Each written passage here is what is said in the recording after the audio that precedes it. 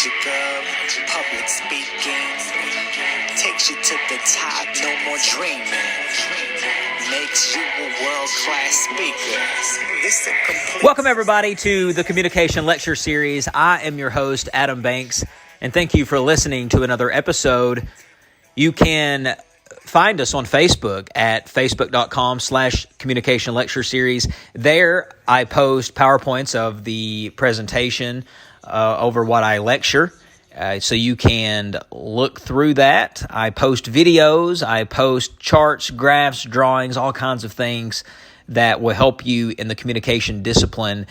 If you go to our Facebook page, you will notice that I have posted some videos throughout the last couple of weeks of special occasion speeches. And that's what I want to talk about today, is special occasion speeches. But before we jump into our topic, let me just remind everybody to please like us on Facebook, because you can interact with us on Facebook. You can write a comment, you can ask a question, and we'll talk about it on the show. We used to have it to where people could call in, leave a voicemail, but that wasn't that effective. So we have found that social media and emailing is our best form of communication for the show.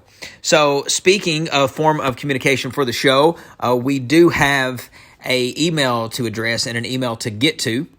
We have an email from Chad, and Chad emails and says he has a question about special occasion speeches, because we talked on Facebook the other day about special occasion speeches being our next topic. But Chad writes in and asks, what is the difference between an inspirational and a motivational speech? And I thought that was a great question. So the best way I can explain that would be saying that inspiration is something that you feel on the inside, while motivation is something from the outside that compels you to take action. So inspiration is a driving force, while motivation, it's a pulling force. Some people believe that motivation is for lazy people because they can't be bothered of getting things done, so they need motivation. And then inspiration is something that compels you to take action. You get inspired by it. But that's a great question, and that's how I would differentiate the two. You could ask a question too by emailing us at communicationlectureseries@gmail.com. But without any further ado, ladies and gentlemen, let's get right to our topic, talking about special occasion speeches. There are going to be times in your life where you are going to have to speak in public. There are many situations to where you are going to have to public speak. Some of those special occasions include a eulogy, maybe a graduation, maybe a speech of introduction, maybe presenting an award, maybe receiving an award, a motivational speech, an inspirational speech. There are several. So what I would like to do is talk about each one of these speeches briefly. The first speech I would like to talk about is the entertainment speech. This is the most non-formal speech that you can give. This is a speech where it provides amusement or diversion for the audience. Often this speech is called the after-dinner speech because people do this type of speech after a formal dinner. It's a speech where you don't lay a lot of heavy information on your audience. You're not going to get up and talk about protons, neutrons, and electrons and the Pythagorean theorem in math, because that would be too heavy for your audience. This is where you would get up and maybe tell a story, in other words, a narrative, or you would get up and tell jokes. Yes, this is where a comedian would fall under. It would be under an entertaining speech. The rule, though, to doing entertaining speeches is you have to be descriptive. Like if you're going to get up and tell a narrative or a story, make sure that there is enough story for you to be descriptive of that story. And the same goes with your jokes. The second type of special occasion speech would be a speech of introduction. This is a speech where you will introduce the speaker. A lot of the times when there is a keynote speaker or a big speaker at an event, that speaker is always going to be introduced first. And that is what a speech of introduction is. It is designed for one speaker to introduce another to an audience. There's a couple responsibilities that you have if you are introducing the speaker. You will first want to mention the speaker's name several times. You will want to do this because you want to make your audience aware of who is about to speak. Get it marinating in their mind who is about to get up and talk to them. Another thing you should do is give background information. This builds credibility for the speaker. So if you are at an event where you're learning about how to fight forest fires and house fires, and there is a firefighter there as your keynote speaker, you will want to build his credibility. You will do that by, getting up and saying, okay, this guy has been a firefighter for over 15 years. How many fires has he put out? That's the type of information that you will give about the speaker, because the audience deserves to know and wants to know why that speaker is deserving enough to get up and talk about the subject.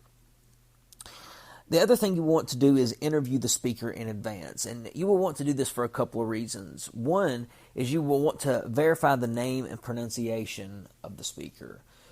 Sometimes people spell their name exactly the same, but will say it completely different. You will always want to say the name the way the speaker likes it. Make sure the spelling is correct. However you got it written down, you don't want to say the wrong name. Another reason you want to introduce the speaker is you will want to tell the speaker what you plan to say.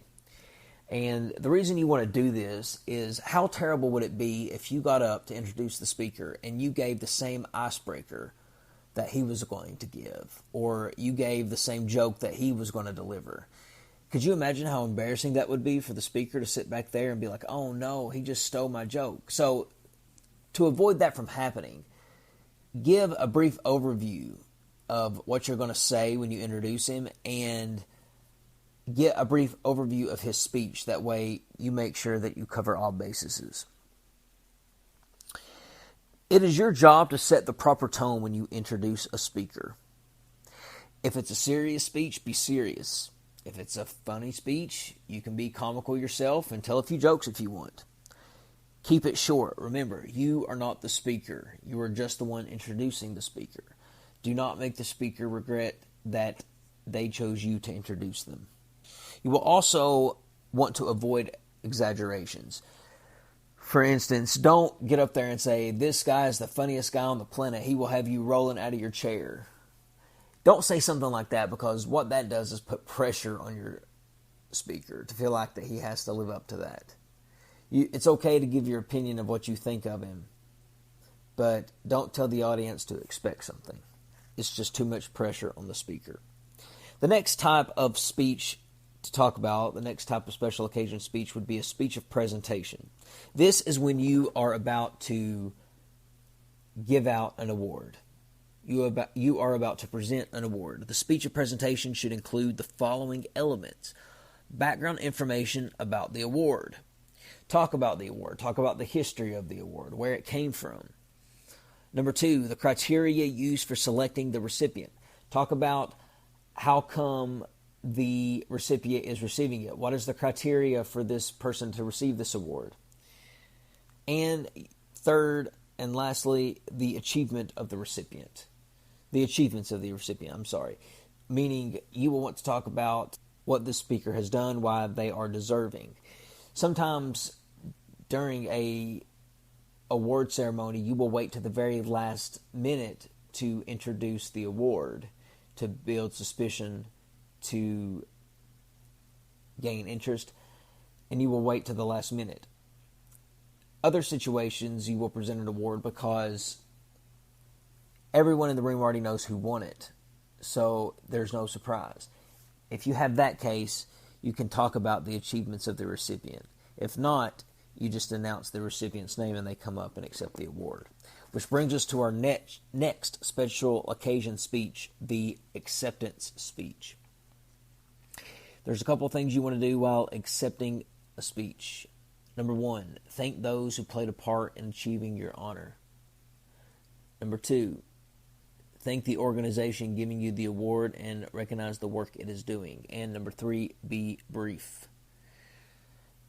The reason you want to be brief is because there are other people probably going to see rewards, and if not, the show has to move on regardless, and the program must continue. The next type of special occasion speech is the speech of tribute. And there are three popular types of speeches, and we'll go over all three of those. Wedding speeches, toasts, and eulogies. And there is a rule of thumb for those speeches of tribute, and that is that all of those should always be positive.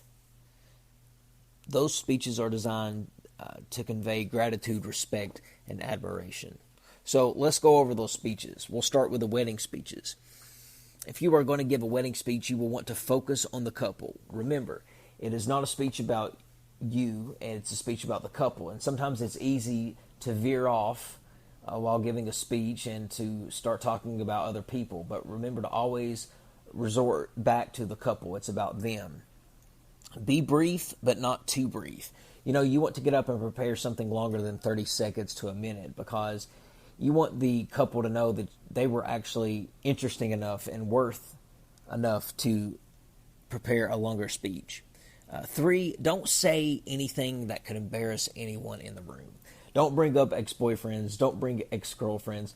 Don't get up there and say, hey, remember that time I hooked up with your wife before you proposed to her?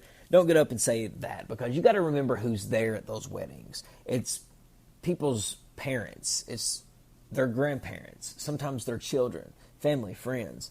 So be respectful in that environment, always. And number 4, consider using an appropriate poem or quotation. Why? Because people love poems and quotations. For some reason, people always love a good quote or a poem. Usually at the end of a wedding speech, you always give a toast to the couple. Which brings us to the next speech of tribute, the toasts. Now, I'm not talking about toast where you're standing over a bottle of Jack Daniels in a shot glass.